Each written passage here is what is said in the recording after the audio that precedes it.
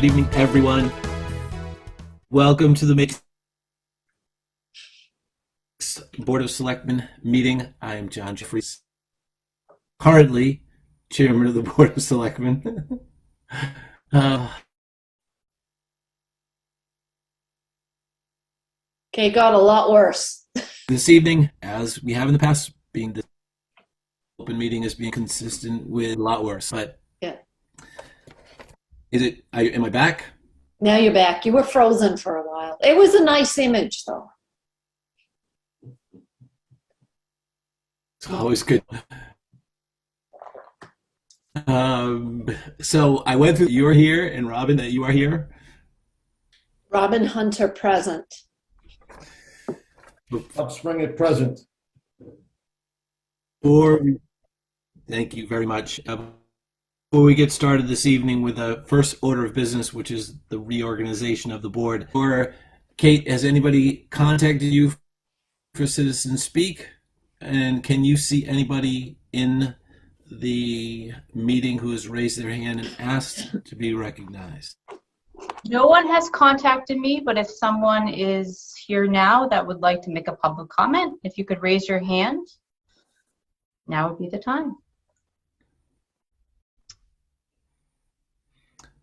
Don't see anything, John. I did see, thank you very much. I did see an email from Sally Helwig that had went out earlier today, so I wasn't sure if anybody had contacted you. So before we get started this evening, just want to, on behalf of the Board of Selectmen, congratulate all of the newest elected officials in the town from our election last week.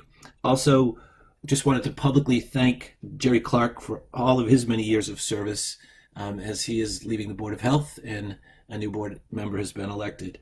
So also just want to welcome the chief back from a vacation, and a really good thing is that in the town of Dover, as with many departments and many of our personnel, that people can go away and you never actually even know that they're gone, because the department or the organization just operate. I just want to thank the members of the department. We also had a retirement last week. Sergeant Eddie Mayo, who's been with the department for 27 years, retired last week. He and his family, his many years of service. So without any further ado, I would like to organize the positions at the first meeting following the annual town election. A member serving the third year of a 3-year term will assume the position of chair. In other words, Robin has chair. So the second year of a 3-year term will assume the position of clerk, and the member serving the first year will assume the position of member. So the motions are: I move to nominate Mrs. Robin Hunter as chair of the Board of Selectmen. Ask for a second. Second. All in favor? I, John Jeffries. Hi, Bob Springett. Hi, Robin Hunter. Thank you very much. And then I, Robin Hunter, move to nominate Mr. Springett as clerk of the Board of Selectmen. I second. Am I the chair now? All in favor?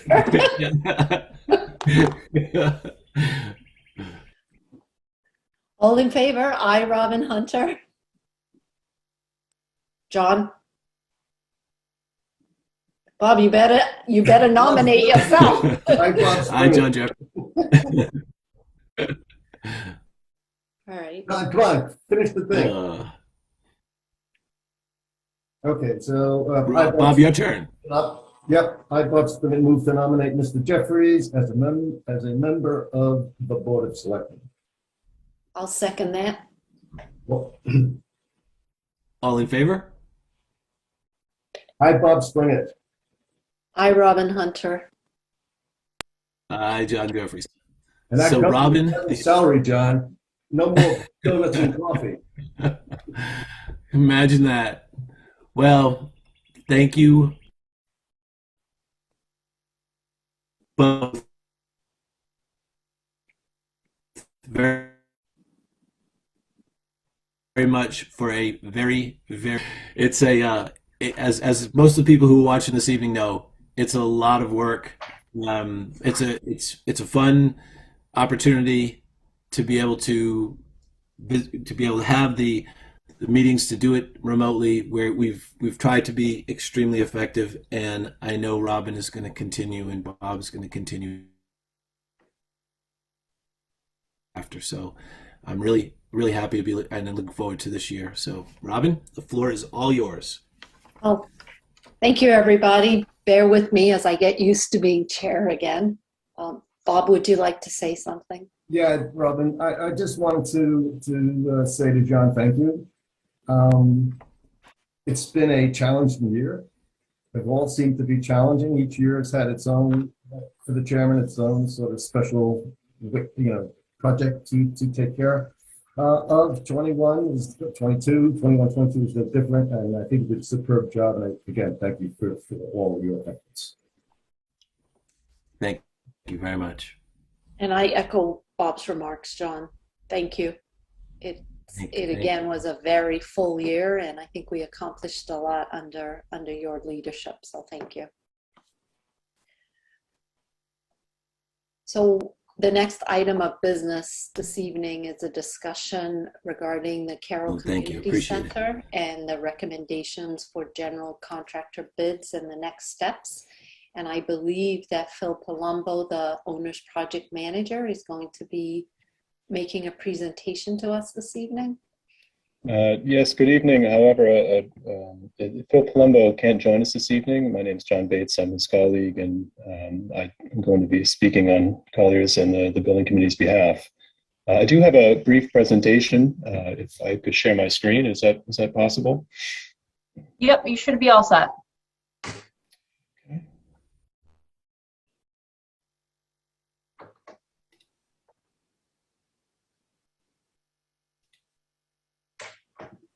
Okay, hopefully you're all now seeing my slideshow presentation. We'll start with, oops. So this is an overview of the timeline for this bidding process, pointing out that the filed sub bids were due on May 3rd, and the general contractor bids are due to us on June the 1st. And then with the GC bids in hand, we're planning to meet with the building committee on the following Monday, June 6th.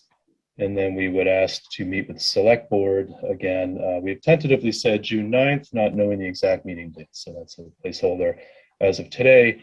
In the event that the GC bids come in high enough that we can't cover them within our existing project budget, we'd then be discussing the potential of a special town meeting, thinking the week of July 11th. And just so you know, the GC bid due date, with them being due on June 1st, that means that both the general contractor bids and the sub bids are required to be held by them until July 15th.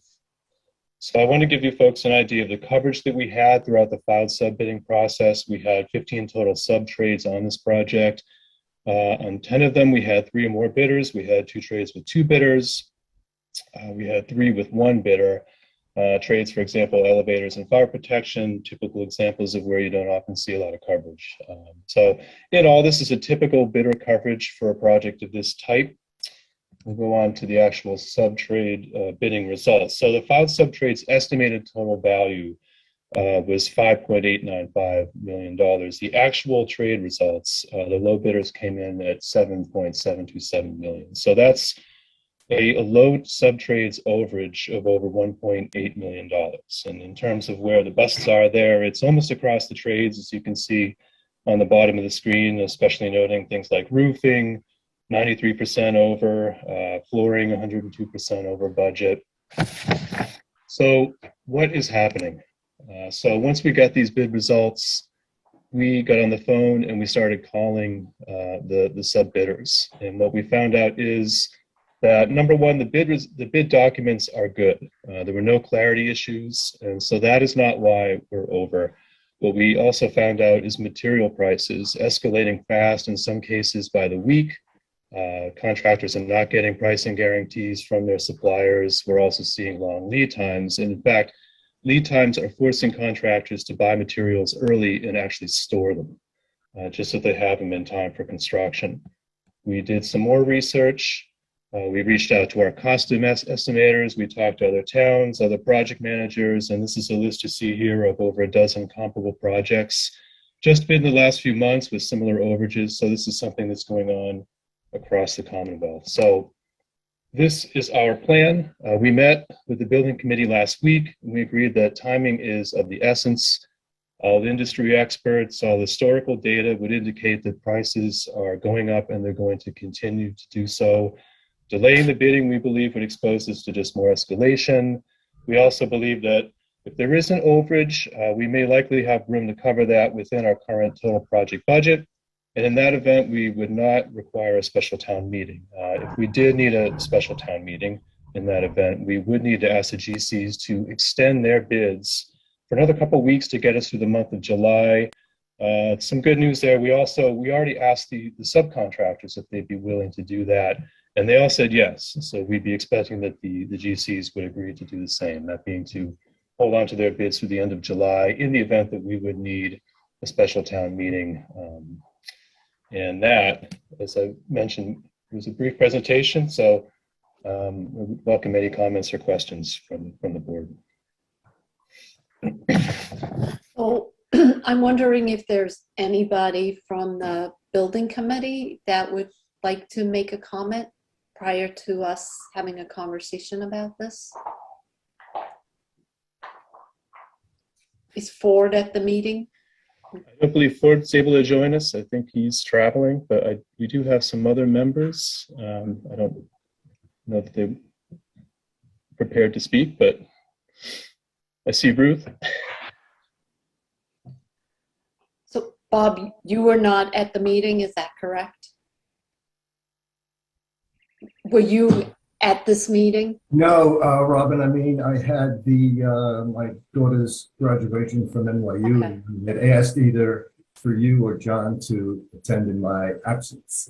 Right, and I was unable to make it myself because I had a work conflict. So Ruth, would you like to give an overview, or perhaps Barry Goldman, on the conversation that occurred, and then we can have a conversation?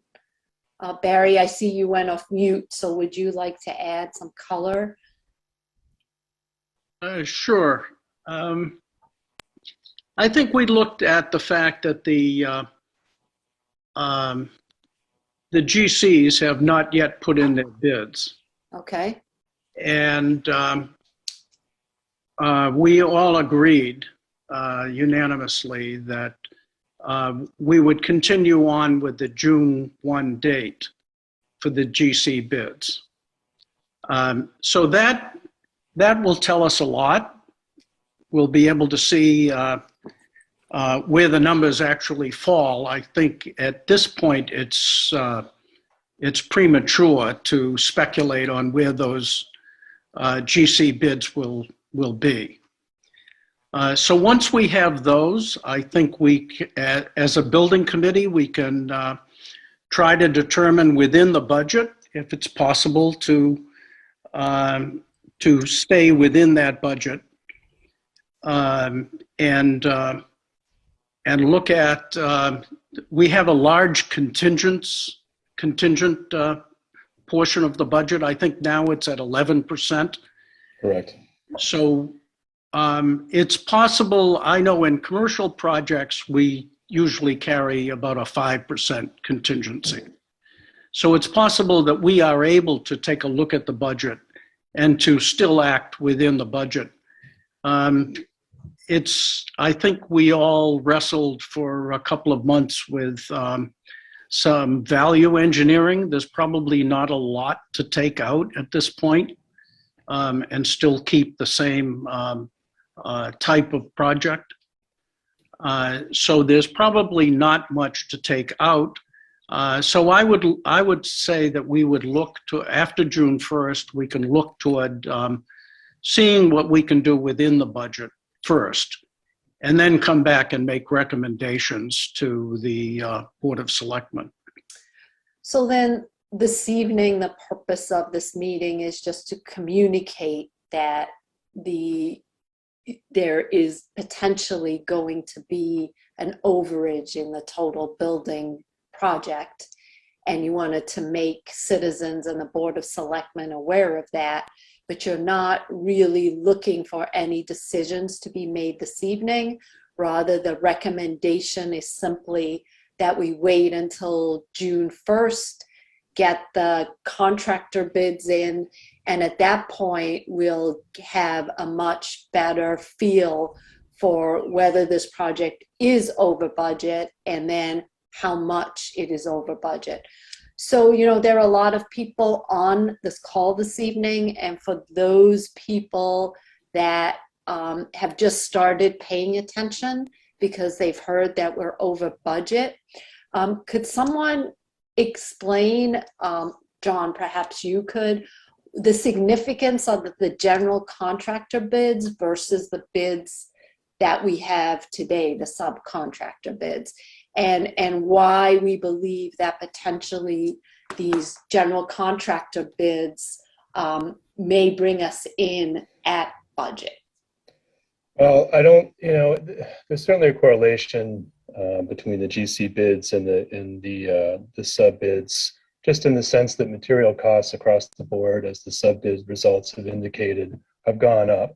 Right. We don't have a reason, say, to believe that the GC bids will magically come in lower than anticipated, that would somehow magically save the budget. What we do realistically expect and are planning for is to accommodate any overage by the existing budget that we have. We have some, for example, an FF&E budget that could accommodate close to $500,000 of overage. And as Barry had mentioned, we also have contingency funds that we could contribute towards a potential overage. So it's not a case where we think that somehow the GC bids are drastically different and will kind of save us from a budget standpoint. Where, realistically, just based on the current market conditions, thinking that the GC bids similarly will be above what we anticipated. Right. So in the statement you made, you said industry specialists believe that we're going to continue to see prices escalate. Because, the initial reaction is, well, we are in a very unique economic situation right now. The supply chains are really hurting, and just basic supply and demand is driving up prices. The Fed's trying to tighten the economy. At some point, you're going to start seeing the economy shrink a little bit. Whether that's a recession or not, none of us know. So one might think that if you waited some amount of time, that, perhaps prices will start to come down. And for us, the question that I'm struggling with, are we being fiscally responsible by accepting bids at what appears to be close to a peak in current market conditions? Yeah, I think that's a natural reaction that a lot of people have to this, thinking like comparing it sort of to a housing bubble. And if the bubble were to burst, suddenly prices plummet, and then we can jump in and get deals. Unfortunately, the construction market doesn't tend to operate that way. Prices, they might level off, increases might slow, but generally speaking, we wouldn't see things plummet like you would in, say, a housing market. And for that reason, it's our recommendation, and this is, again, when I said experts, we have cost estimators we work with on a regular basis that are all saying the same things. Don't expect this to slow down anytime soon, and don't if in the event of some kind of a burst. So Okay. for that reason, our recommendation was to proceed as planned. And Barry, by utilizing or potentially utilizing some of the costs for FF&E, those would be costs that we would just have to find another source of funding for, because we would still need those once the building was complete, correct? Yeah, that's true. That's true. There are some things that you can take out of the budget and delay, like FF&E. Okay. But it doesn't mean that we wouldn't eventually have to provide those things. Right. And the current budget does not anticipate, or I'm asking a question, I shouldn't make a statement. Does the current budget anticipate any funding that we might get from alternate sources, such as grants? Potentially there's a Green Communities grant that may help offset some of this overage as well. So I'm assuming that's not included either. That's correct. It's not yet included because we don't know if we're going to get them, so we didn't put them in. But we have applied, thanks to John's work and Dave Sullivan and Chris Dwelly was involved. We did apply for a $500,000 grant through Green Communities because of the decarbonization of the building. We're not going to use any fossil fuels. It'll be an all-electric, highly advanced HVAC system. So that's a good possibility. We won't know that probably until the fall, when those grants will start to come out. So we haven't included that in the savings at this point, but it could happen.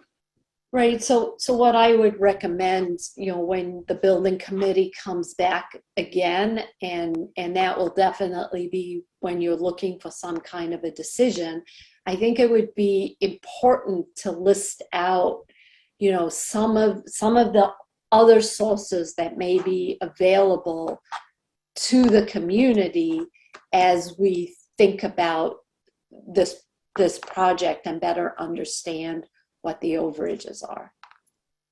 Right, absolutely. Mm-hmm. Noted. Bob, do you have anything to add?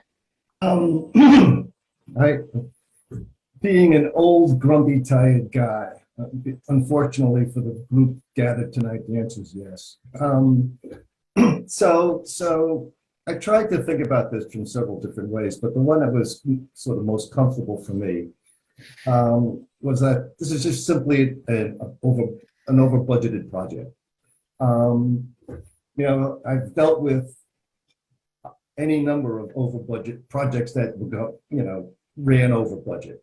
There's all sorts of complicating factors here, but essentially, if the thing is over budget and you have a tight budget, the first step is usually to reassess need versus costs. And then you go from there. And I don't see this as being particularly different. And so I would think that would be the first thing to do. Of course, right now, we simply don't know, right? We're in a process where we simply don't know what the ultimate costs might be, and nor do we know what the ultimate offsets might be. But one of the things that I'm a little uncomfortable with when we're talking about offsets is we have prepared assiduously construction bids and documents. And that's what the bids and documents are the people are responding to. And that is what we think the costs are going to be. I wouldn't want to finagle with that. I mean, I think we have to have a base case of costs and expenses and expected deliverables, and we don't mess with it. And if the numbers come in significantly higher, and we'd have to deal with that in some way, shape, or form. So we really need to adhere to the $18.8 or $19 million budget. I think the discussion this evening is not to make any decision. The discussion this evening is right now, based upon what we know, we're $1.8 million over budget. Exactly. And,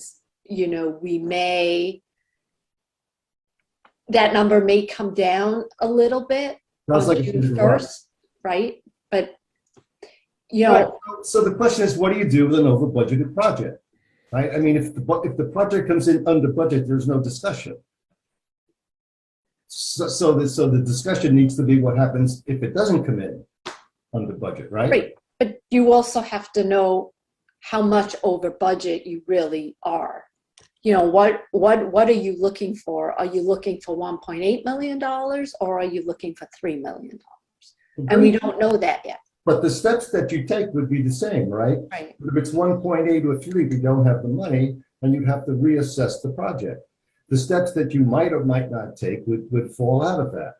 I would point out that the original budget for this thing was $15 million, and that because of the situation in the markets, in the supply markets, the town took a gamble and voted to approve a $19 million budget. Well, it turned out to be a bad bet, and then we took the bet because we had no way of knowing what the market was going to do relative to supply costs and supply chain. So this is an over budgeted project, whether it's currently. And what are our options? So there's only 3. You go forward, you stop, or you modify. We talked about that as well. And I think those are the things that after the June 9th meeting, if you guys are going to be ready for June 9th, that the building committee needs to think about and come back with actual recommendations. I don't think we should be chasing ever inflating prices. And I really think that at some point in time, this has to go back to the town. And to be honest, I don't think we'd be in a position to do a July town meeting.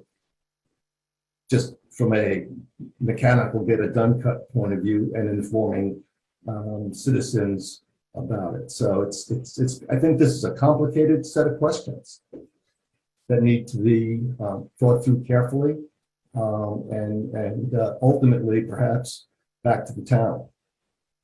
I think that's it for me. John, do you have any comments? One quick question, Robin. Thank you, John Bates. What look on the list on page 4 of the projects that have overage? There's 11 projects. The one right in the middle is the North Bridge Fire Station, which was at an $8 million over. That seems to me to be the closest of the projects that you presented to us this evening. What happened in that case? Can you give us just a sense of where they are, if you have? Going into this meeting, it occurred to me that it would be helpful to know what these other towns have done in response to these overages. The truth is, I don't know exactly. I can only guess at this point that they're probably going through similar conversations that we're having right now. But I certainly, in light of this discussion, would be helpful to have some information on exactly what some of these projects are doing to counter this escalation. So, Right. And we clearly appreciate the building committee coming forward, giving us a snapshot of where they are right now, fully understanding that we don't have all the pieces. And I think based upon this conversation, the building committee knows what they need to present at the next meeting, what questions they need to answer. John, do you have any additional comments? No, at this point, Robin, we could spend a lot of time in supposition, but at this point, it's probably best to stay. Ruth, I rudely cut you off. Would you like to say a few words? No, it's okay. I was muted anyway, so I was glad that Barry was able to give the summary.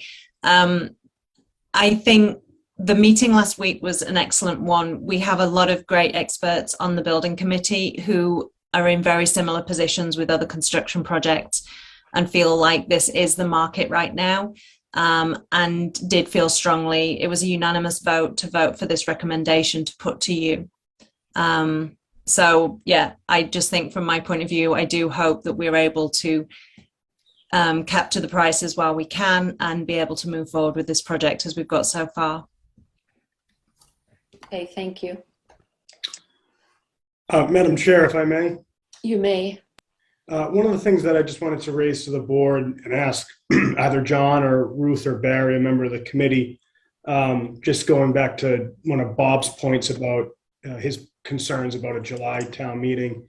There was conversation last week about potentially delaying the GC bid opening until a later date so that it could accommodate a fall town meeting. And I hope John or someone, if you could just kind of speak to that in the dialogue that occurred. Yeah, we had discussed that a bit last week, and there was one concern when we're talking about doing that is we're starting to lose interest from general contractors and found subbidders alike. I mean, they start to see this thing getting pushed off further down the road, and suddenly we see the bidding participation drop. So that was definitely a concern.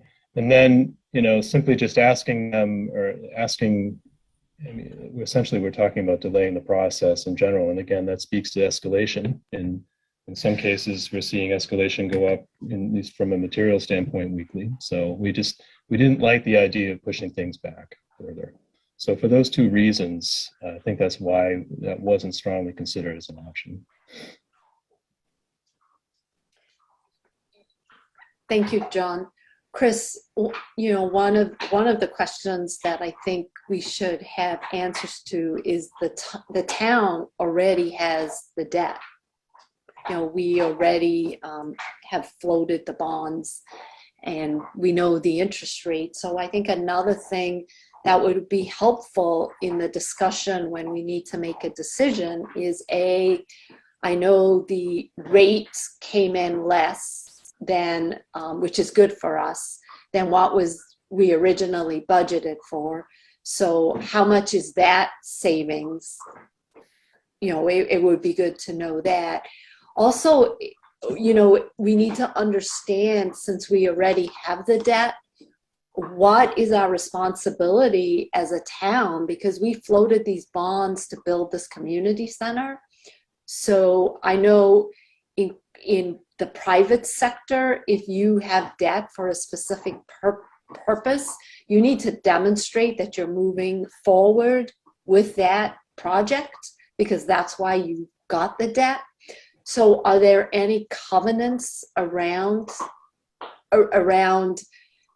certain deadlines by which the building has to be erected and the project has to move forward? What are events of default under these bonds? Like, are there any events of default that would force us to pay those back? So I think it would be good just to have answers to some of those questions as well for the next meeting. We'll make sure that all that information is included. So if there's no further discussion on this, I think we should move to the next topic at hand, which is, John, I'm also having computer problems, so. Must come with the chair. Right, I must go with the chair. I got ahead of myself. I got ahead of myself here. I'm going to have to come up with a different system so that I don't get ahead of myself. So I know the next item of business is the website, and I'm going from memory. And yes, it's phase 2 recommendations. And I believe, Kate, you're going to be making a presentation for us. I am, and let me just bring up my screen.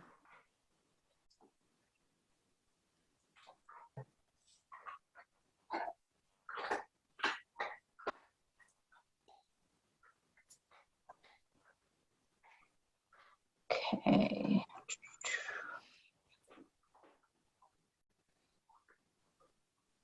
All right.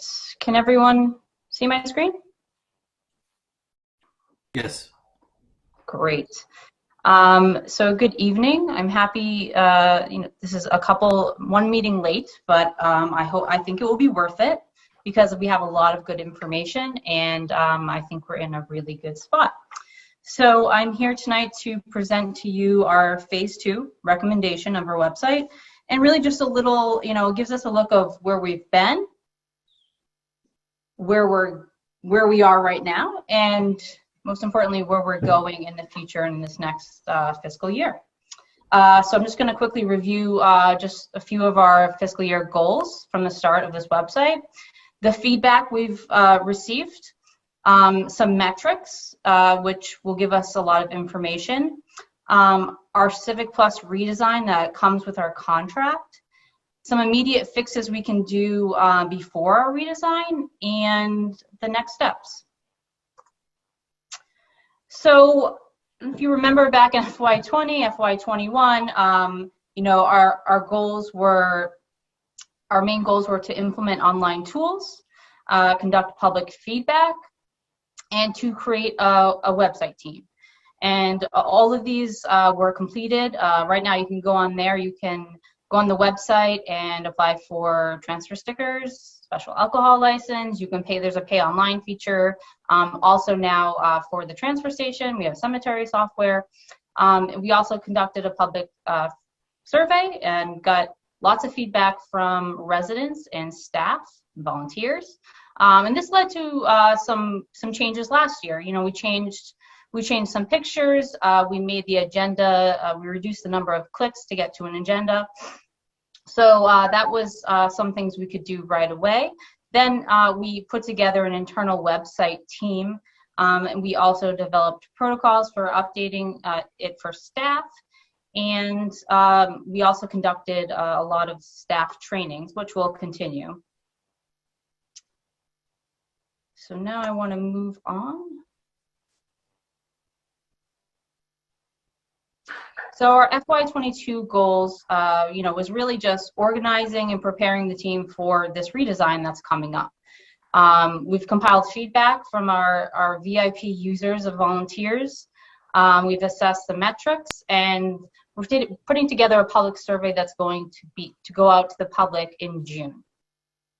So right now, so this is obviously without the survey information, but you know, for the past year, we've really been able to kind of compile the main source of feedback from people. So the first thing I would say, the homepage, you know, a lot of people just want a new design. They just want something more fresh, more user friendly. Some other feedback revolves around the homepage and getting to the homepage items below. A lot of people think there's too much scrolling involved. So, you know, getting to the agenda center, the calendar, you have to continue to keep scrolling down, as well as the news and highlight items. We've also heard a lot about our search bar. You know, people will put in a certain term, a very basic one like town report, and, you know, the town, it takes a little bit to get to the town report page, which is not what we want.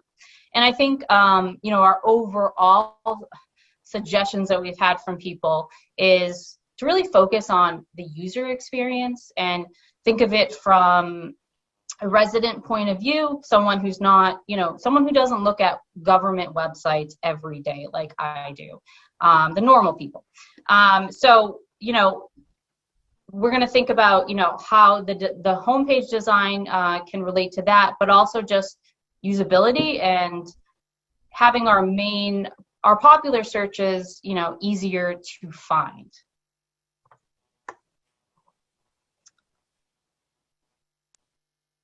So this is the interesting stuff. So some metrics for you. So this is the year in review for 2021. And I think this, you know, this really does correlate with a lot of the feedback we've had. As you can see, you know, there's much more page views than total views of the website. So this simply means that a lot more people are getting to the pages from a direct link from the page, as opposed to going to doverma.gov and, you know, going around and finding everything. So I think this can, you know, you can see this in the way we send out links in the newsletter, social media, emails. People really just want the direct link as opposed to going to the website, and you know, it really is easier. The average visit duration, 2 minutes and 48 seconds. I think this can really be correlated with, you know, maybe the frustration and people are finding it hard to find things, right? Actions, 3.3 per visit. That is kind of common, although I think, you know, in our main goal, we would want to increase that. Most used pages, Newsflash, our COVID update page, assessor page, Parks and Rec, Building Department, and Agenda Center. most search terms I found really interesting. It's open burn permits, calendar, jobs, election, town meeting, transfer station. A lot of those things are actually pretty easy to find. Not easy to find, but should be pretty easy to find. So that tells us something. I think the other important thing here, top news flash. So 342 subscribers for our overall Town of Dover list. That has gone up quite significantly, but definitely not where we want to be. We really want to focus on increasing that number significantly, because there's tons of information we put out through these news flashes that people can get on their phones and email, through text. So, not right beneath it is the COVID-19 subscriber list, which has been dropping off, naturally last couple of months. And right underneath there is, of course, Parks and Rec. I also thought it was interesting, the smartphone use. It accounts for a pretty good portion of our traffic. I think that's also just like, the signs of the times. It's easier, you're on the go, you're looking up things on your phone. You're on social media, you see that we post a link, you click it, it does make sense. Overall, I think, these are very telling figures. But I want to highlight a few of them, and in particular, I want to highlight the most searched items. So calendar, jobs, town meeting, that's on the front page. So if this is the most searched items, it's telling me that, people aren't really they're not being able to find it. So that is something we definitely need to focus on. And this would also, this also tracks with the feedback we've gotten from people that, they just want to quickly get to the calendar. They want to quickly get to the agenda, So we definitely hear that, and that is on our to-do list. We definitely need to increase the subscribers for the news flash, as I mentioned. And, I think overall site traffic, really increasing the total visits, because again, that is part of our mission, as part of this digital divide, is also educating people with all the things that's going on in town, that we hope that would come across when people are navigating. If they see something, they're like, oh, that's I didn't know that project was happening, or what's going on Main Street, and things like that. So, the total page visit is something I think we definitely want to increase. And that goes along with the average visit duration. People, I know the attention spans aren't that long right now, but, definitely get it up to 3 or 4 minutes, I think would be much better. And this also, I think, gives us a good idea of what's going on in the world, So, the latest Pew Research study, from nearly 50% of people, adults, get their news from social media. So, I don't think, some people are just not going to go to doverma.gov to get the news, and that's okay. But, it also helps us to know, because we do have a pretty big presence on social media. So it tells us that, we need to continue to post on Facebook, post on Twitter and YouTube, because people are clicking those links and going to the pages that they want the information from. So it also tells us that we need to make sure our social media is more easily visible on our homepage. So, it does definitely tells us a lot. So from there, we have a to-do list. Make the most popular search terms easier to access via the homepage. Enhance the search feature. Increase average visit. We definitely can do this, just making it more friendly configuration. Increase the access and promotion, social media on the website, vice versa, page views via the socials, emails, newsletters, search engines. That's working. And, if that's a way people want to get the information, that's great. We just going to make sure we're attacking it from all angles. And of course, increase the new subscribers. That's definitely a big deal. And I think that has a lot to do with just us promoting it. So our website redesign. We are officially able to do that in January of 2023 with our contract. This will be a full design by full redesign by Civic Plus. It will take about 3 to 6 months, but it does allow us time to do a lot of in-house changes that we can do now, especially reconfiguring menus, adding project goal pages, front page additions, and a Google search bar, which I'll get into after this. As an example, we really like, a very simple design. You can see, as an example, we put the town of Weston up there, which is a great site. You can't really see it, but on the left-hand side, there are little sticky navigation buttons, as they're called. These buttons basically take the user to the information that's at the bottom of the page, exactly to the information, which I think would definitely solve a lot of concerns that people have with their current site. So we'll definitely be looking to do something like the town of Weston for our full redesign, but it gives us a good idea of some things that we can do now where we don't have to wait. So changes we can do now. Add sticky navigation buttons to our front page. I've already talked to Civic Plus about this, and it's really a pretty quick add. It will take people directly to the agenda. It will take people directly to the calendar, directly to the highlights. We can add a little bit more things, but I think this would be a really easy fix. And, it will definitely, no scrolling required to get to these immediate items. For the search bar, we're going to be switching to a Google search bar. So I think this will be helpful in a few ways. It'll definitely, Google search bar is definitely is much more better than the search bar that we have. But also, we've enabled our Google Analytics. Dave worked with Civic Plus for this. So, next year or even before that, we will have a lot more metrics about our website. So I think there's, 2 in 1 for that. But that is just an overall win. And again, something we can do in-house. Add pages. We have a project page in the works. We have a goals page in the works. Talked about a grant tracker page. All of these can be done in-house. We can do them.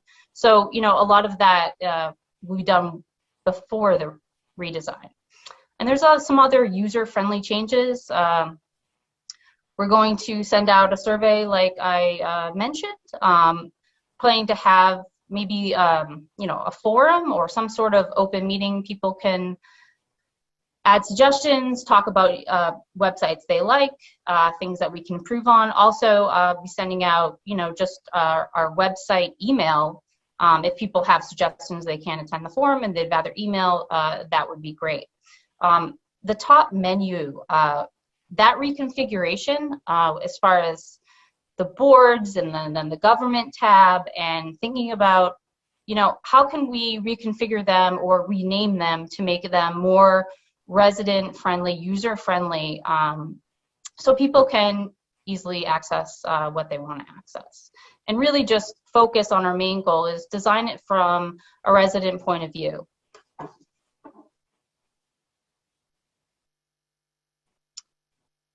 So our next steps and goals, like I mentioned before, we're working on a project page, a one-stop shop for all the town projects. We have updates, maps, summaries, and contacts for these projects. I think this would be a great addition. A goals page, this will be under the Board of Selectmen. We also, in upcoming, we're going to be expanding our 24/7 on-demand online services with OpenGov. So that's going to be including the town clerk and hopefully the Board of Health in that. And we're also really going to heavy hit the notify me participation as the newsflash. We're going to make it easier to sign up. We've had a lot of feedback that, it takes a lot of clicks and it's a little confusing to find out what exactly you want to sign up for. So we're going to reconfigure that to decrease the clicks. And just make it more user friendly. And I think a lot of that goes with our promotion. We got to promote it. We got to let people know and have it easy to sign up for. So just to give you a little bit of the timeline, obviously in 2021 is where we've done all the work with feedback, developed our web team, procedures, staff training. In June, we're planning on putting out the website survey. And this summer, start some of those internal changes that I discussed. In September, we're going to hold some sort of community forum, collect feedback from the survey, email, and the forum.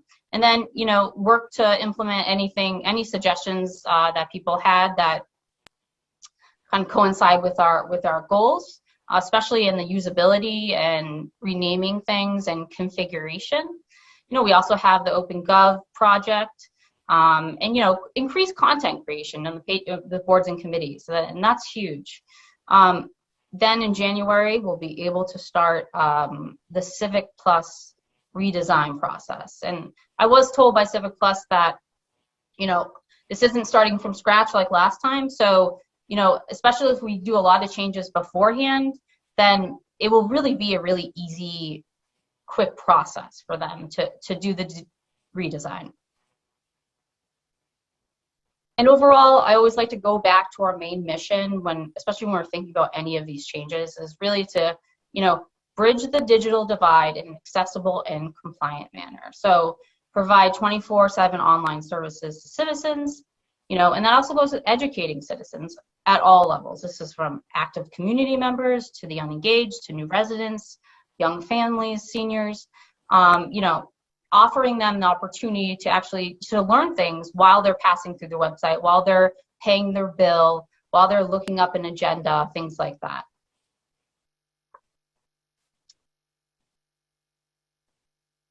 And that concludes my presentation for tonight.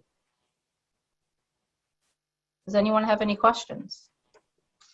Okay, that was an excellent presentation.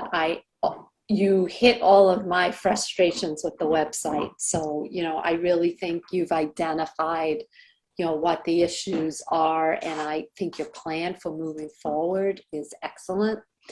I do have one suggestion, and it comes from providing computer support for my dad. And I see, his frustrations, and, he's 92 years old, but he has pretty decent computer skills, but I see his confusion and frustration. So one of the things I would suggest is maybe you could do sort of a joint thing with Janet and maybe ask the C of A if some of them will be willing to be, test out some of the buttons and see if they can find things that they like.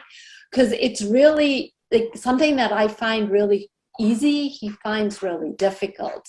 And we are trying to cater to everybody. But, I think you really have done an excellent job, looking at what we've done, which is far superior to what we had, but it's all about continuous improvement. And once you improve it, there are all these other improvements that can be made. So, fantastic job. Thank you. And that is a great suggestion. And I definitely will add that on our summer to-do list and work with Janet. And I know she would definitely be excited about that. So. Right, because it's so different. Like he'll call me up and sometimes his Amazon screen has changed because he's done something and he's like, everything's gone. I don't have one click anymore. And it's just, trying to navigate, and he's all frustrated and pissed off, and it's trying to, help. Well, first figure out what exactly he's telling me, and then try and figure out how to help him, and then make sure it doesn't happen again. So. Yep. No, that's a great suggestion. Bob, do you have any comments? So I'm going to have to give a compliment to Mrs. Hunter, because that was a spectacular idea. I mean, in the old days when, when we were really using data centers and all that kind of stuff, mainframes, and whenever you were doing applications, you would always have created test cases, and you would always have a user team. And you would rigorously test the various aspects of the application to make sure that everything was supposed to work properly. And invariably, if you did it right, you also had a whole bunch of work aids for people who were going to use the application, so that as they as their experience with the application and knowledge sort of increased over time, people became much more effective and efficient. My father, who has since passed, had exactly the same issues that Robin's father has, and my wife's father even worse. And he's not quite, he's only 89. And I think reaching out to the COA, actually creating a user group or a test group across the spectrum of potential users is a really worthwhile thing to think about. And focusing on you can't catch the unengaged, right? By definition, they're unengaged. And focusing on seniors, that would be terrific, because seniors have been relying on newspapers, which are a thing of the past, and they have a really hard time trying to figure out what's going on in the town. So compliments, kudos to both of you. Thank you, Mrs. Hunter. People don't appreciate how hard this is. Trying to put together a really vibrant communication strategy that reaches big pieces of people, huge swaths of people, is incredibly difficult. Newspapers have had a hell of a hard time transitioning from the paper world to the digital world. And so people should not have, people should expect trial and error. And Robin's right again, continuous improvement through time based on feedback from users. I usually start with a model, what I'd like to see, or pick best, so who do I know who does this the best? Is it a newspaper? Is it something? Is it a different town? And you got to look beyond towns, because towns are simply behind the times on all this stuff. So I don't know if you have a model of a website that really sort of does what you want to do with the town website. Do it well and talk to people there. In just simply moving from a government focus to a user focus is a huge change. It's inverting the way, and then trying to anticipate how users what they want to see is also difficult. But clearly, you caught it in one of your slides. The world has moved to cell phones. Nobody wants to spend time doing anything. if I want to look at the forecast for Buzzards Bay, I hit a button and I get the forecast for Buzzards Bay. You know, my wife has all these applications that if she wants to know something about Delta Airlines, it's all instantaneous. And so that's a massive change. The New York Times has, boxes going down for different subject matter areas. So I understand the challenge. It's a tremendous amount of work. This is a pretty ambitious program. Make sure you have enough resources, and make sure when you work through this, you test with the right people and groups. And very good presentation. Appreciate it much. Again, on much too long. Thanks, Bob. And no, I completely agree. Dave and I should not be the ones testing out any new design. No offense, Dave. But, we've been looking at websites I've been looking at government websites for 12 years. I mean, I don't know if it's kind of sad, but so I love trying to find things, and I can find them very quickly. So that's a great idea to coincide with, working with the COA as far as having a group to test out some of these ideas. I think that's a great idea. But look into the private sector as well. There may be some place there that sparks ideas. Thank you again. John, I know you've been waiting. You're so used to being first, and now you're third. It's tough, isn't it? Because everybody says what you wanted to say. But then you could just say, echo, ditto. Exactly. You say, I agree. It makes it actually very easy. So, Kate, again, great job. Really, really appreciate all the work that goes into it. Just as Robin and Bob said, for me, photos. Real live, real people photos. More photos equal more clicks and longer attention, who the people are that you're interacting with. So those photos, links. For example, the guys from Bloomberg said asked me about the website and links to the Globe survey, to the Globe rankings, and we didn't have any of that. So I didn't have a good answer for them at the time. Like how do we communicate that to the town of Dover?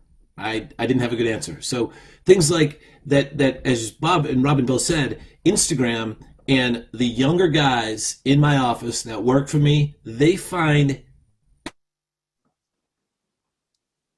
everything instantly by links, by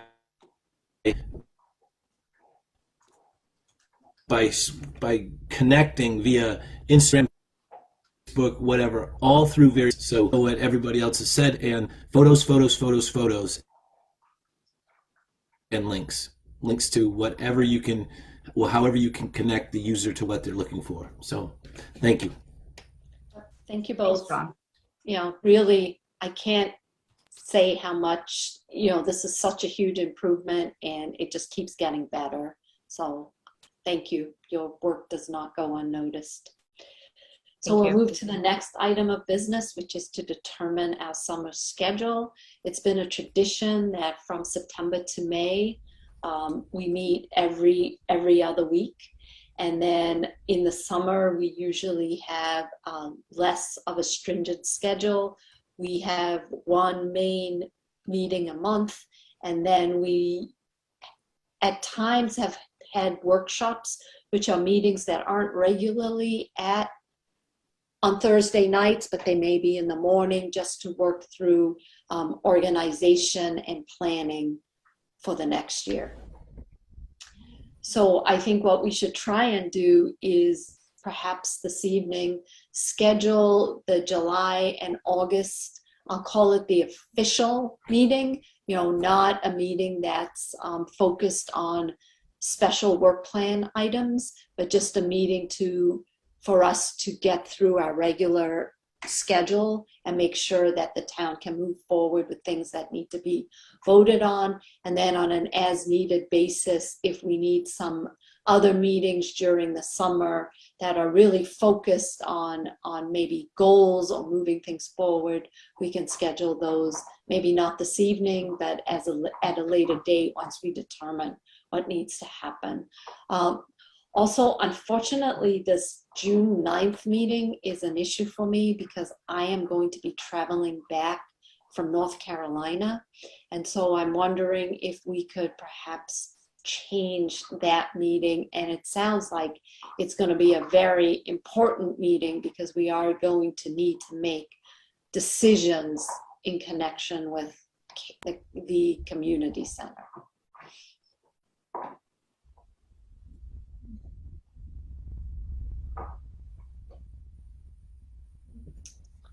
So, Bob. So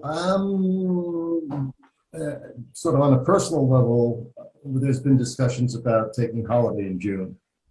I don't know at this point in time when that might be. When are you back? I'm flying back on June 9th. And if everything goes well, I will make the meeting, but I just don't trust air travel.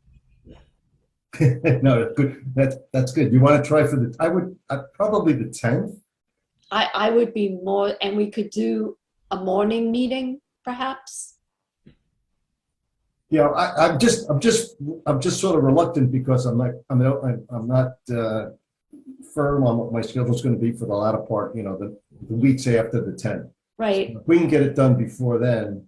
I was going to suggest before then, but given the timeline for the community center, I don't think that's prudent. Yeah. I could. John, are you good on the 10th? I beg your pardon? I wonder if John can make the 10th. Yeah, Friday the 10th I can do. And you prefer morning? Yes, Friday the 10th. Morning, John? Yes. So, Robin, then... morning, Friday the 10th in the morning. So the two things, Robin, that we have to do is the public TA evaluation, and obviously we need to get caught up on the latest on the community center. Would we do them both on that meeting? We do have another meeting scheduled in June, correct, Mona? Robin, we don't have anything scheduled, just June 9th, but it would be helpful if we could schedule something maybe the week of the 21st. Right. I know the warrant committee will be meeting and we'll probably have appropriation transfers that need to be approved. Right.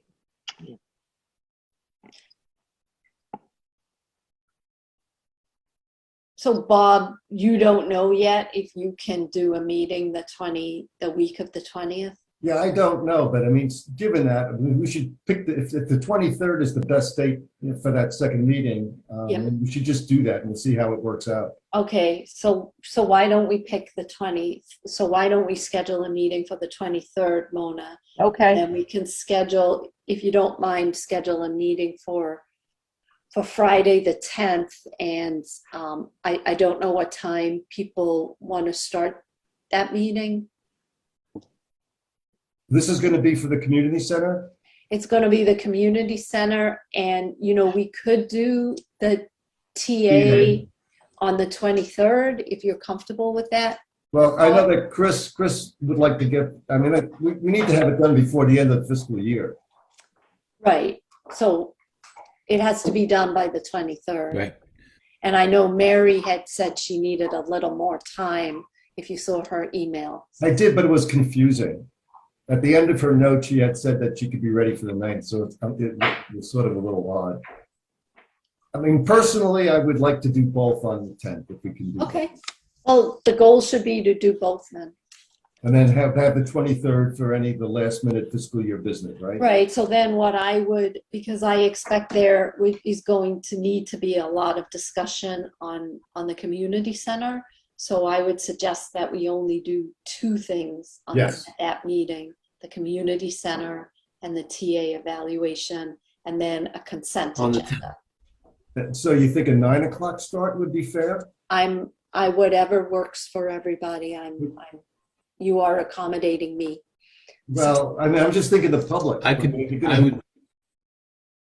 You can have public presumably Right. interest, and you don't want to wake up people too early because then they'd be like me, tired and grumpy. Okay. 9 is fine. Or we could start at 8:30. 9 a.m. would be do great. Chris's, the TA evaluation first. I think 9 o'clock's okay. Okay. All right. I could do that. Okay.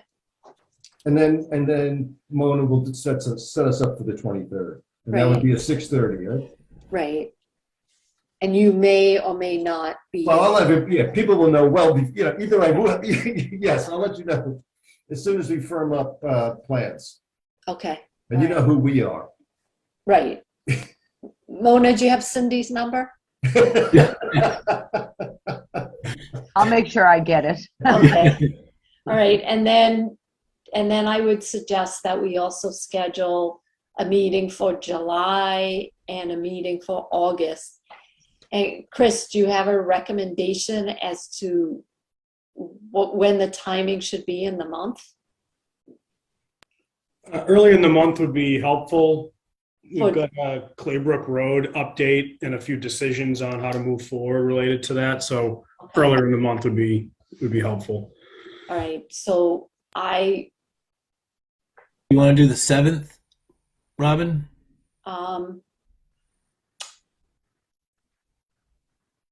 The 4th is a Monday.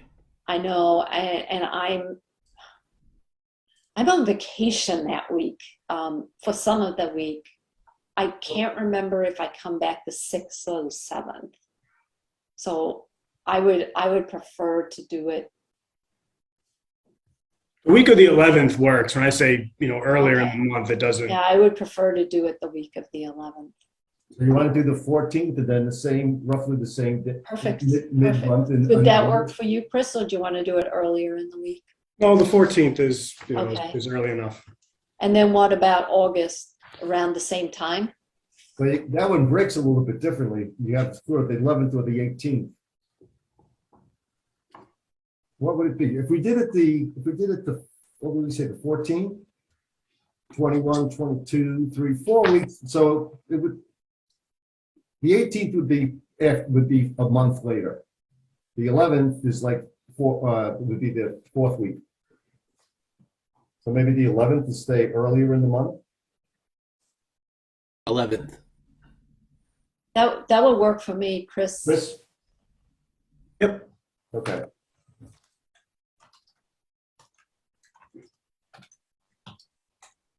And then, Robin, as you had said, if we do planning meetings, we'll just add them. Right.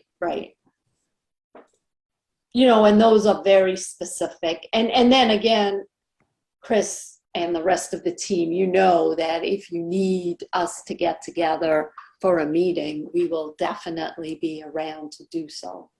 It's going to cost Mona coffee and donuts. Chocolate, please. All right. Donut Express. I'll Been here in a while. schedule and send it out to everybody. Okay. Thank you. So then I guess we need a motion. So I move to approve the Board of Selectmen's summer schedule as discussed and determined. Second. All in favor? I, Robin Hunter. Hi, Bob Springer. Hi, John Jeffries. Perfect. Okay. So now we're going to turn it over to you, Chris. We just get to listen. This is the fiscal year 2022 in review. That rhymes. Thanks, Robin. Each year I have the privilege of summarizing for the board all of the great work that has occurred in the current year. And we've put together, as we have in years past, a presentation that summarizes the board's stated priority goals, our accomplishments, and some of the things that we're looking toward for next year. So, Kate, if you could bring that up.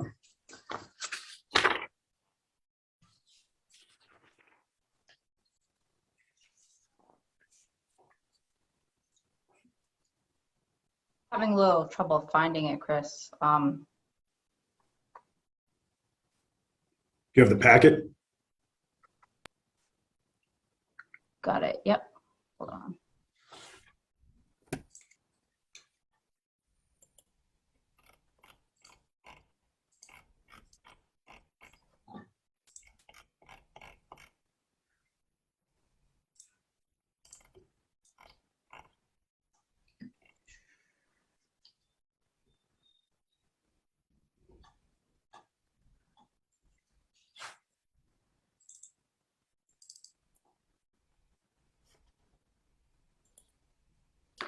Awesome. Thanks, Kate.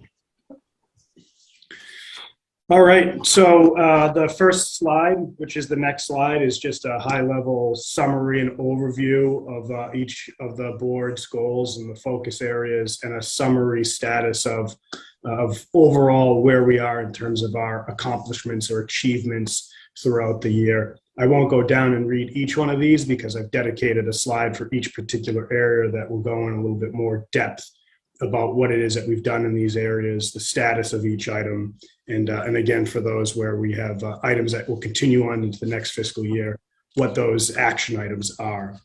So on the next slide, we'll start off with our long-term water resources efforts, which was identified it has been identified by the board as a multi-year priority.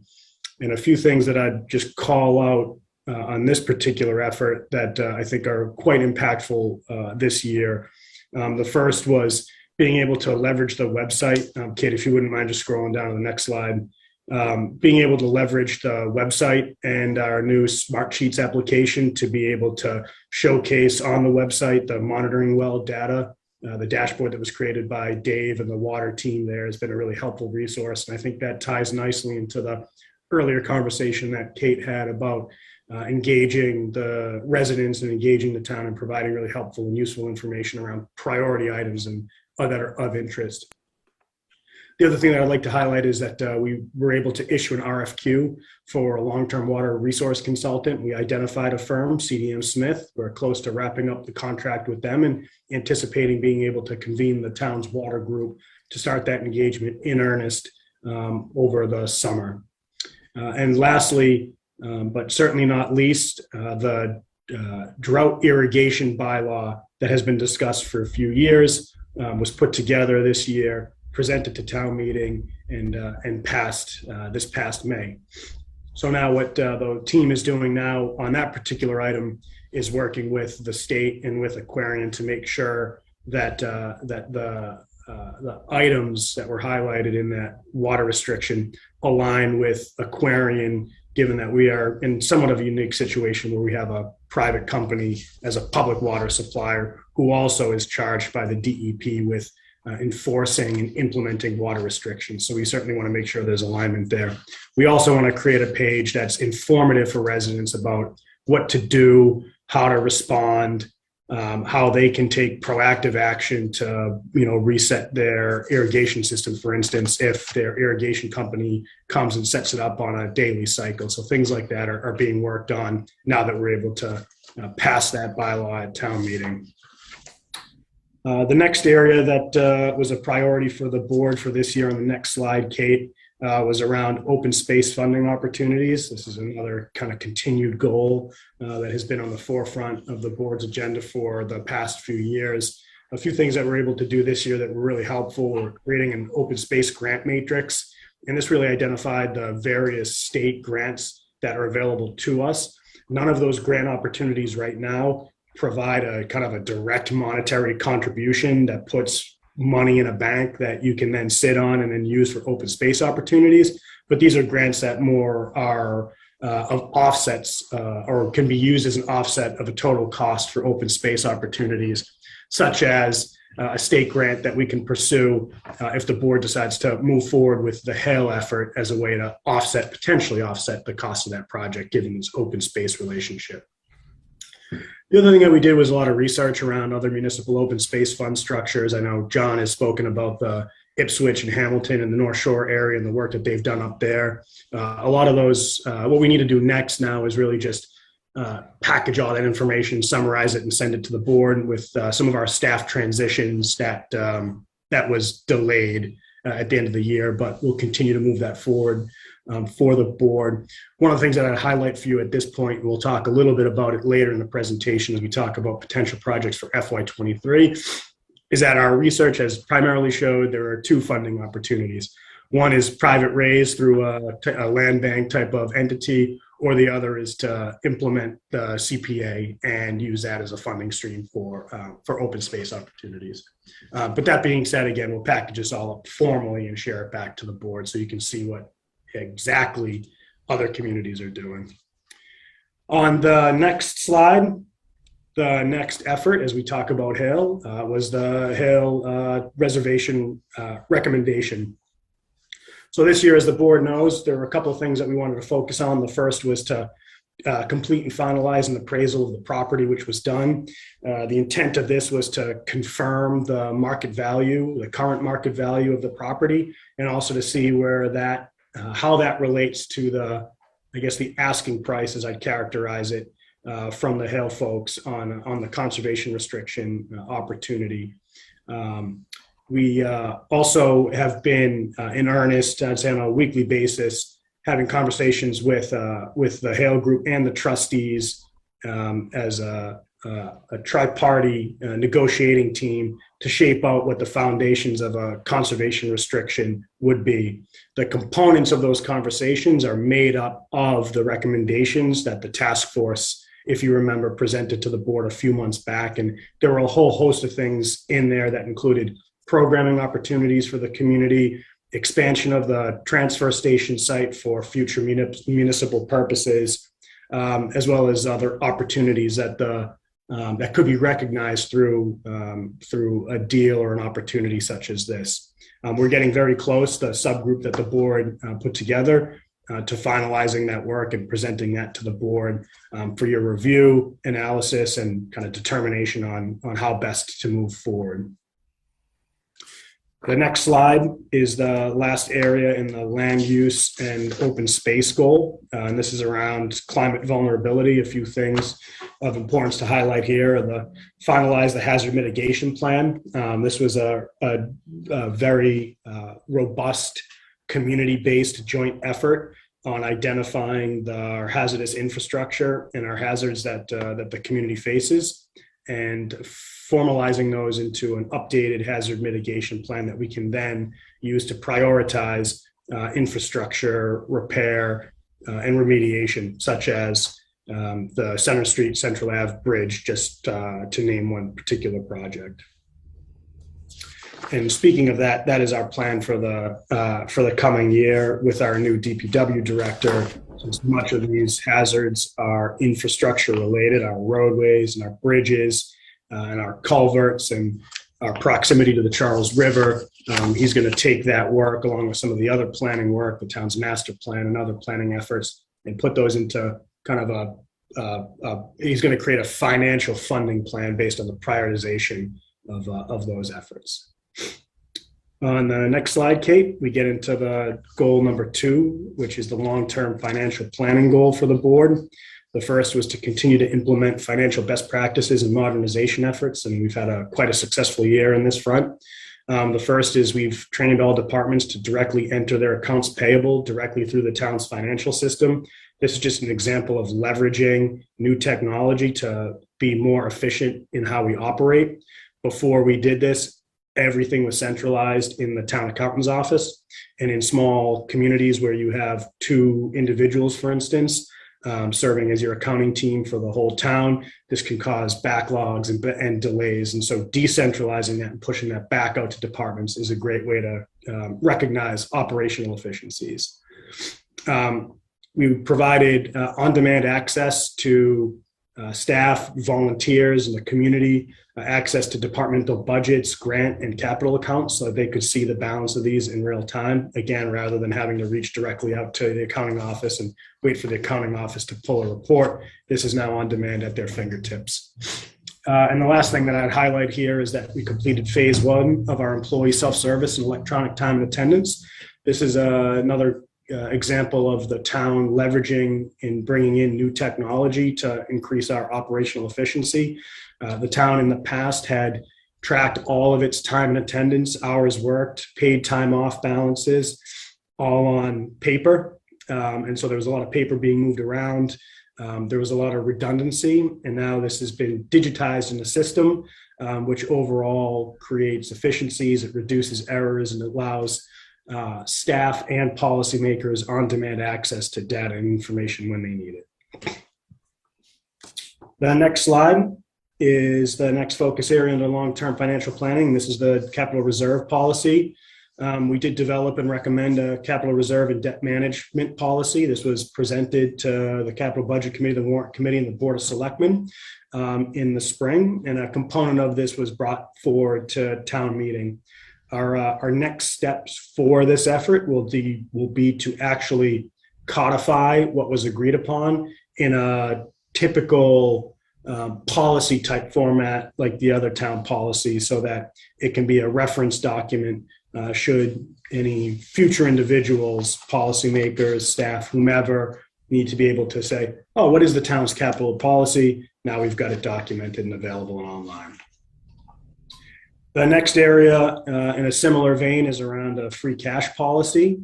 Again, we developed a free cash and reserve policy, and I didn't mention it in the last slide, but I'd be remiss not to mention it, that again, these were 2 efforts that were done in a very collaborative effort with multiple stakeholders at the table developing these policies. So it wasn't just one effort or one staff member. It was a good representation of different policymakers throughout Dover's town government. On that next slide, Kate, if you can, we developed that policy, presented it to those policymaking boards, and presented the funding components to town meeting for approval. Happy to say that those funding components were overwhelmingly passed at town meeting. These were the general stabilization contribution, as well as the regional OPEB stabilization fund contribution. On the next slide is goal number 3, shifting gears here a little bit to the town's governance structure. The first here is one that's incredibly important, and this is the support Dover's volunteer base, which makes up and allows us to do everything that we do here in town. The first thing that I'd like to highlight all these, I think they're very important. The first was the board created an annual presentation schedule for boards and committees to be able to come to a select board meeting and highlight their accomplishments and projects and initiatives. I don't think that had ever been done before, but that was a really great opportunity. And I know we received a lot of good feedback about the opportunity to be able to showcase and again highlight all the wonderful work that's being done by so many volunteers in town. The other thing was a really nice effort between Kate and Ruth Townsend, which was has also received incredible feedback. And this was the development and the publishing of a community newsletter to highlight another medium to highlight all the great work that's being done. This is issued at this point on a monthly basis and goes out digitally and has been very well received. The other thing that Kate was able to accomplish this year was the creation of a volunteer website. This website I think is top notch, and I'd mentioned it before, and I think it's groundbreaking and leading the way in terms of how municipalities provide information and opportunities on volunteer efforts. What's nice about the website is that not only does it showcase the multitude of volunteer opportunities that are available for people to get involved in town, but it also provides a lot of really great and robust curriculum and training around what it means to be a volunteer in a municipal organization, what the open meeting law and all these other state requirements and state statutes are about. And I think that's really what is the really beneficial and kind of forward-thinking component of that website. And the last thing that's very close to being wrapped up that we wanted to create to accompany that volunteer website was a volunteer resource handbook. And this was actually something that we wanted to create so that it would certainly be electronic, but that when people come and get sworn in by the town clerk, we were able to provide them with a packet of information that they're able to take back and read through as they're on the beach or out sailing on their Memorial Day weekend. The next focus area on the next slide, Kate, still within the town governance structure goal, is project manager recruitment. This one's pretty cut and dry. The board has been very interested for some time in better leveraging and increasing our capacity around project management so that we're able to multiply our modernization efforts. And so we were able to go out in a competitive environment and hired Mark Lavoie as our IT specialist. Not only does Mark bring expertise in the nuts and bolts, kind of hardware and software aspects of IT, but he's also able to lead on certain projects related to technology implementation, which helps take away some of that responsibility from Dave, or I should say, allows them to do even more now amongst or between the two of them. On the next slide, Kate, this was still under the town governance structure and the creation of a Department of Public Works based on last year's goal, which was to do an assessment of the town's opportunities to create a public works, which we contracted with Community Paradigm. They put together a really robust and comprehensive study on the opportunity. And they recommended that we create and post a DPW director position, which we did. And we hired Kevin McCabe, who comes to us from Sudbury, our first ever Department of Public Works director. Part of his charge is to start to create now the actual DPW organization, where there is a lot of informal synergy right now amongst the similar divisions. There's opportunity for increased collaboration and cost savings by formalizing some of these structures, which will be a big part of his responsibility for FY23. On the next slide, this was another thing that another effort that tied back to the Smart Sheets application that we ultimately procured. One of the things that the board emphasized, and that was of great importance to the board, was to be able to build out a multi-year project roadmap so that anyone can see kind of where we have come and where we are going in real time. And so we created a digital dashboard roadmap that you can get to by clicking that link there. And that maps out in a Gantt chart form all of the board's goals, initiatives, projects, and efforts over the past 4 years. We'll continue to build on that. And again, going back to Kate's presentation earlier about serving up information easily to residents, this will be another core component of our website where people will be able to see a linear progression of the town's projects. They'll be able to see what the focus areas are. And also, as Kate mentioned, as part of our phase 2 website work, we also want to create dedicated pages to each of these projects, very much like we do for the hail effort, for instance, or for the water effort. We want to do that for all of our high-level board projects so that people can easily access them and get updates in, I guess, close to real time or as we have updates on them. The next goal and the final goal is our modernization. The first focus area here was to investigate digital transformation with the tab. This is one of the earlier things that we did last summer. I guess two things I'd highlight is there was a lot of research that was done, and that research occurred amongst members of the tab reaching out to other communities to assess and understand what some of the municipalities that are considered leaders in this area are doing. And we're happy to report back that Dover is doing the same, if not in some areas doing more. So if we're looking from a comparison standpoint, a comparison to municipal government, we are digitally transforming.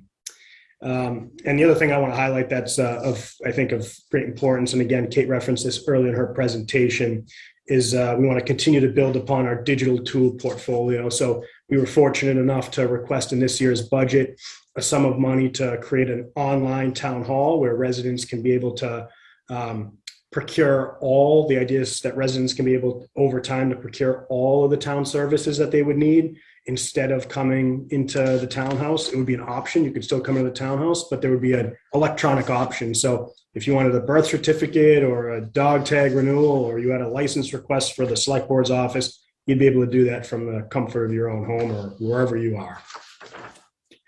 And we will start to roll that out in FY23 now that we receive the funding at town meeting for that effort. Next area is on the website assessment. Kate did a great job. I can't do any better on that, so I'll skip right over this slide. On the next one and the last one is just around document management and digital processes. This ties back a little bit to the open government, open counter goal that I had just mentioned, and it ties back to a lot of the other things that were mentioned in earlier slides about shifting away from paper processes, moving to digital processes.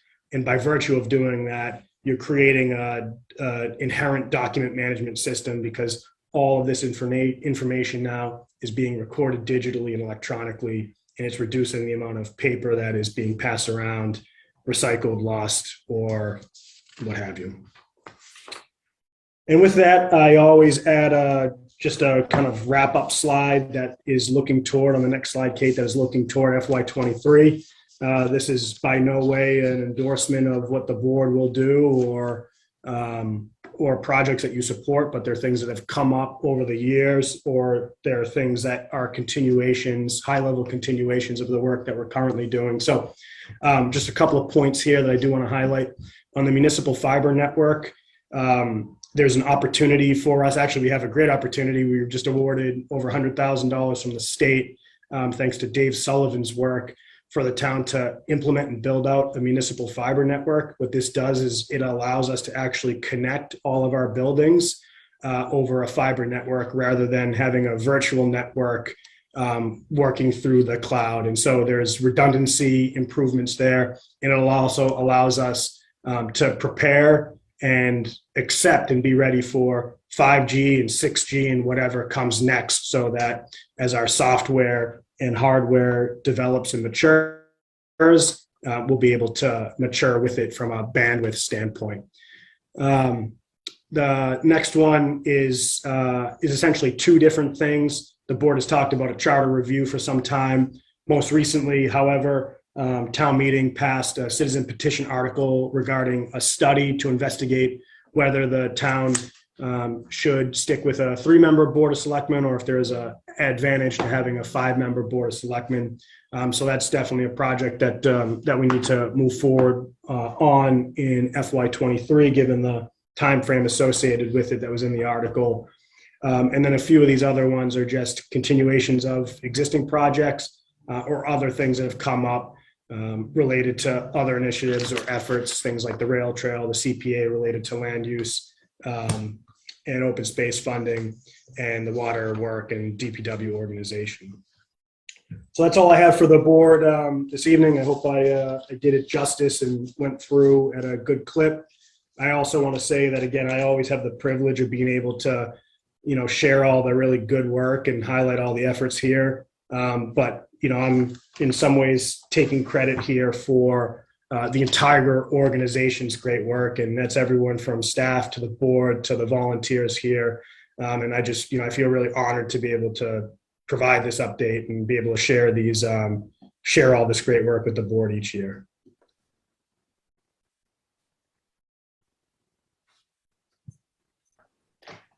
Chris, I'll tell you, I knew the team accomplished a lot this year, but really kudos to all of you, and I'm glad that you mentioned it's not just you, it's this team that you have, that you guys all work together so well, and that's why you've been able to accomplish everything that you have.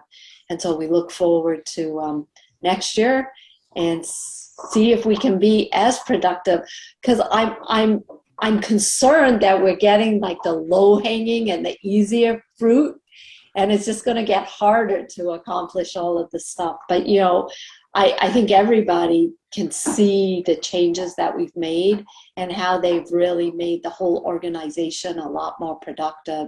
So kudos to all of you. Thank you. Bob? Thank you, Robin.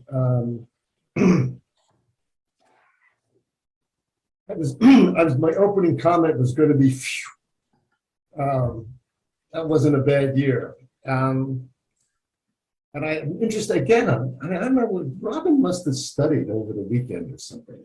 I mean, this comment about what we've accomplished and the position we are on, and I've been thinking about that for a while.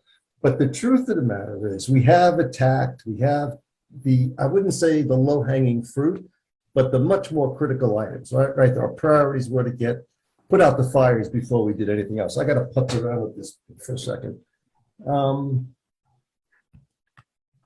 We have a good view of your shoulder. Yeah, it's very attractive. I have a nice shirt on.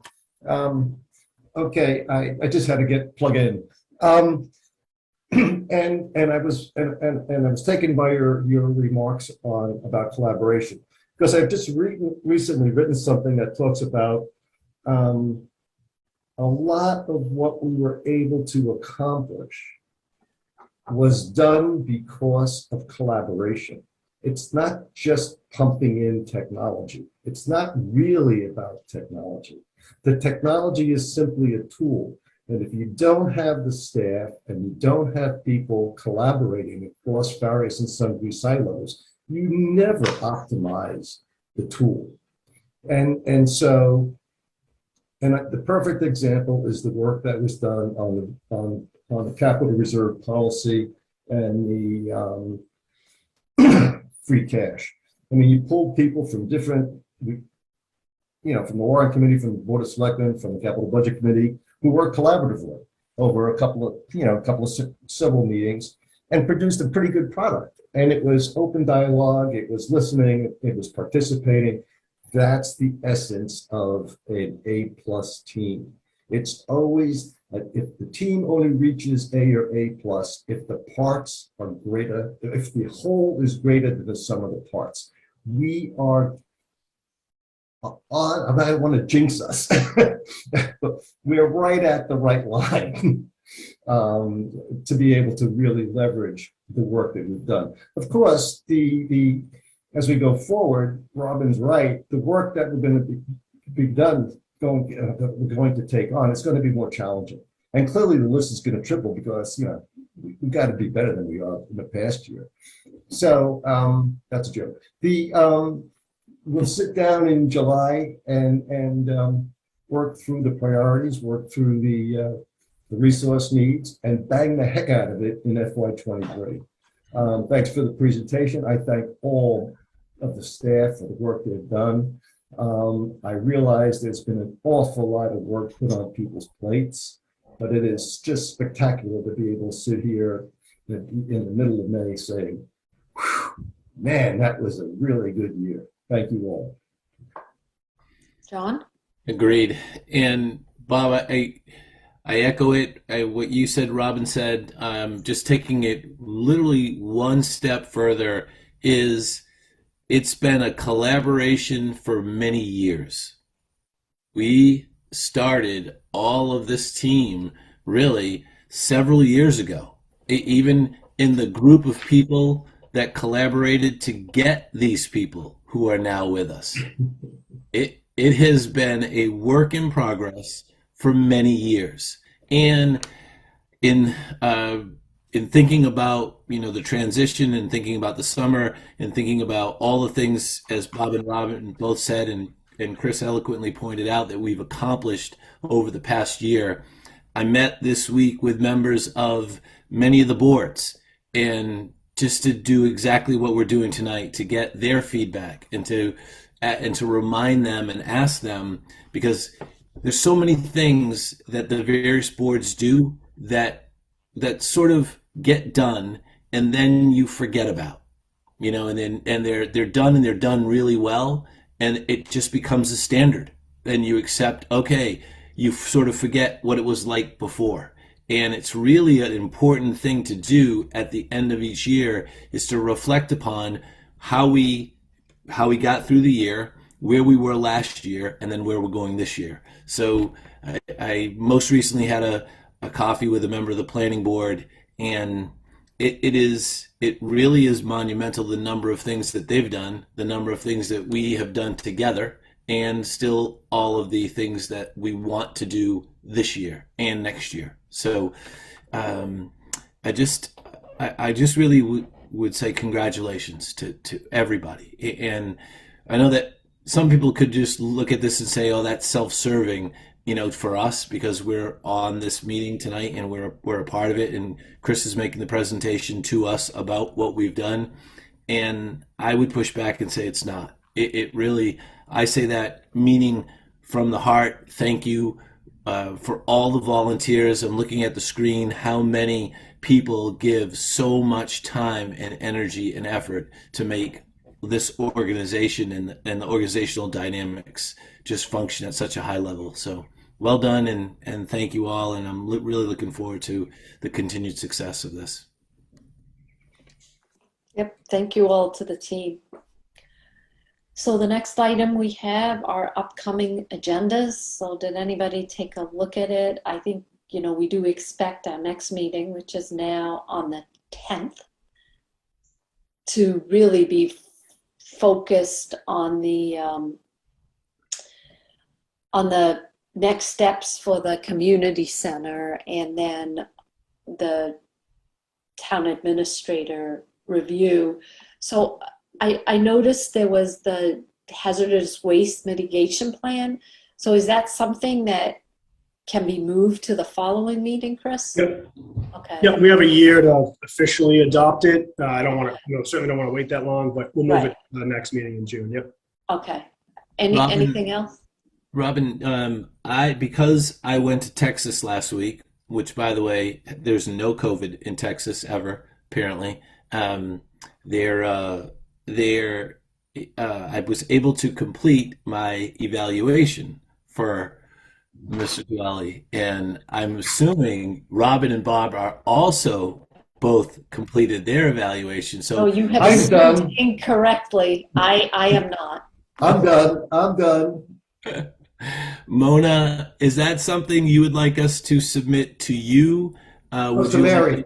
It goes to Mary. Directly? Mary. Yep. Directly to Mary. So Mary then collated back to us. Yes. Right? Got it. Okay. All right.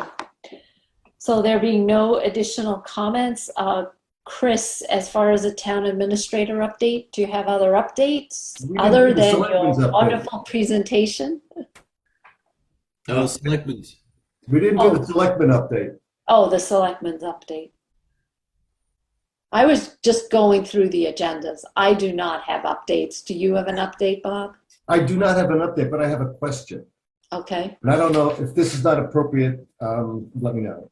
So I got a letter from a resident with a question. Do we allow for the chief of police to live outside of a certain mile radius? Yes. Okay. And so there's not a limitation in any way, shape, or form. It's perfectly No. fine. And Bob, we received. Yeah, Bob, we if all I- received the same letter. If I may, Okay. So I just want to get this cleared up. Received the inquiry, and we spoke with the individual and let them know that the town of Dover currently does not have a residency requirement for its staff. Good. Okay. Excellent. Thank you. I'm done. Okay. Just one thing for me, Robin, is Chris and I met with Amy Moot with regards to the hail and the hail task force, just in a combination from a high level of where we are in the negotiation process. Chris can speak to it if you'd like to just add a little color to it, but just wanted to let everybody know that is moving along. We talked about the functionality of what Chris will need to do and what we will need to do as the board, and in light of our land use director and that vacancy, and then filling that vacancy with a part-time person for the summer. So Chris, would you like to speak to or add any color to that? No, just that I would just echo and reinforce your statement that, from my perspective, I think we're making very good headway. We've heard from Hale and the trustees around confirmation on certain areas of interest to the community and being able to offer those. And they are, within a week or two, going to memorialize that, which we should then, we'll have one last check-in with our subgroup. And then after that, should be able to engage the full board on the next steps. Great. Thank you. But I look forward to that.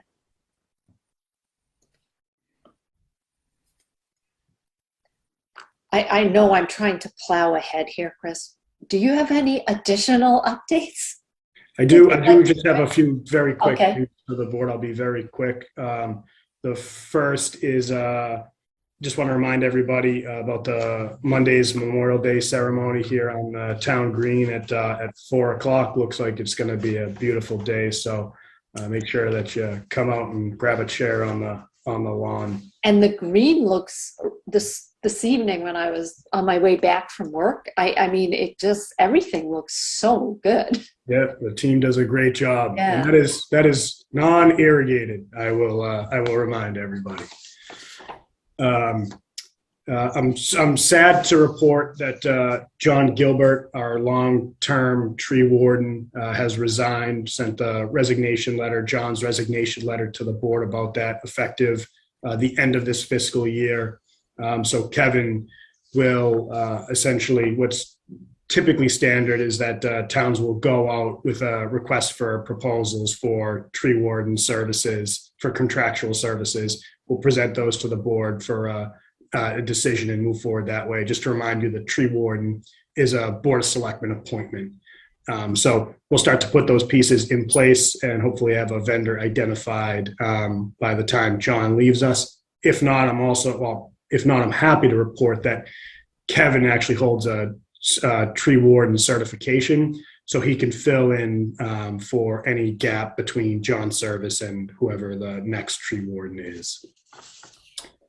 And lastly, because they mentioned it last week that it was likely going to be on this week's agenda regarding the solar project and the latest issue with the DOR changing how municipalities can tax the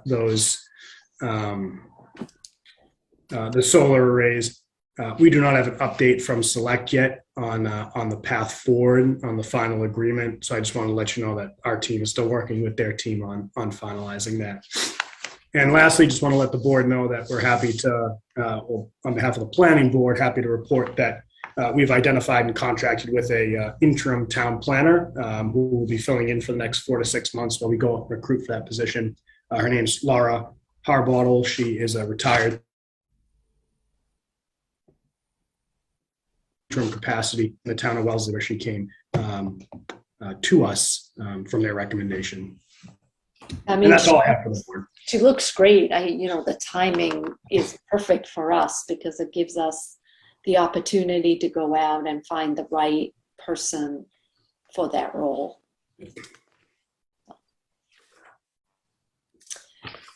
So the last item on the agenda is the consent agenda. And in the consent agenda, we're going to approve brush and yard waste permitting contract with Land and Environmental, award tree removal services bid to Stumpy Tree Service. And I know we've done this before because I've always liked the name Stumpy. I thought that was great. So Community Compact Microfiber Grant Award Acceptance, and that's the grant you talked about earlier this evening, Chris. Approve a couple of special one-day liquor licenses for June 3rd, 4th, 5th, 6th, 7th, 10th, 11th, 14th, 18th. There are 2 on the 18th, 20th, 21st, 22nd, 23rd, 24th, 25th, 27th, 29th, July 5th, July 11th, and July 13th. A lot of celebrations happening.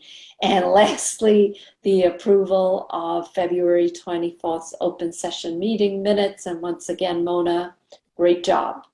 So do I have a motion to approve the I will make a motion to approve the consent order agenda. Do I have a second? Before I make a second, did you mention approve the Saturday, October 1st, 2022 cystic fibrosis cycle for life ride? No, I did not. Did I miss that? I think so. I apologize. Thank you, Mr. Springer, for keeping me honest. And I have a question about the brush and yard waste permitting services. I had asked Chris whether or not I needed to move to take it out of the consent agenda. He said no. I could just ask a question about it. And my question is simply: is this like a repeat, or is this a new contract? This is a new contract. It's something that the Mass DEP requires municipalities who have a compost or brush pile to do, and essentially it just says that it ensures that the way we keep our compost pile is in compliance with state regulations, and it provides the town with a standard operating procedure should anything happen with that brush pile, whether it be combustibility or trip and fall or workplace hazard. So it's just an engagement for a firm to come in and put all that stuff together for us, get it on the books, and then we're good to go. Thank you very much. So I'm gonna second this Hunter's motion. As amended. As amended, right? As amended, right? Right. All in favor? I, Robin Hunter. Aye, Bob Springer. Aye, John Jeffries. All right, so now I will make a motion to adjourn the meeting. But first, I would like to wish everybody a very happy Memorial Day weekend. Enjoy your time with your family and friends. And I plan to be at the town hall on Monday afternoon. So I hope to see both of you there. I think you both RSVP'd. Yeah. Yes. I don't know why you always have such a big smile when you make that adjournment motion. Because I get to eat dinner. Again, I'll second the motion. And some nights, my dinner after these meetings is just ice cream, which maybe tonight. Yeah, I'm not sure if I have anything to eat. I might be seeing coming up to your house to have the ice cream. All right, we have lots of ice cream. So, second the motion. All in favor? I, Robin Hunter. Aye, Bob Springer. Aye, John Jeffries. Thank you, everybody. Yeah, thank you. Have a great weekend. Yeah, have a great long weekend.